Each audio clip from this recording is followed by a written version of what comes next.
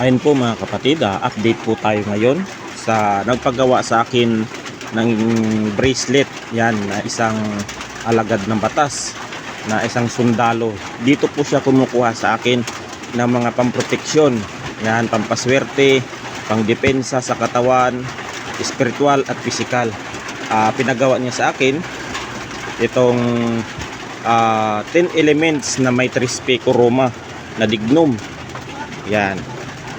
Yan po ay bracelet na pinagawa niyang pandepensa. Napakahirap pong butasin itong mga ano na ito para maisuksok itong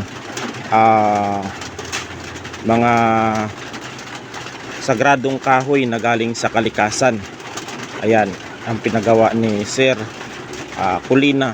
Yan, dalawa ito, isang dignum. Yan, dignum na kahoy na tinatawag na Siete Virtudes, na merong Satur Reputinet Opera Rotas. Ayan po mga kapatid, update. In-update ko lang si Sir Colina. Yan, naka-assign sa Samar na i-send niya lang po yung full details niya at ipapadala ko na bukas itong kanyang pinagawang bracelet.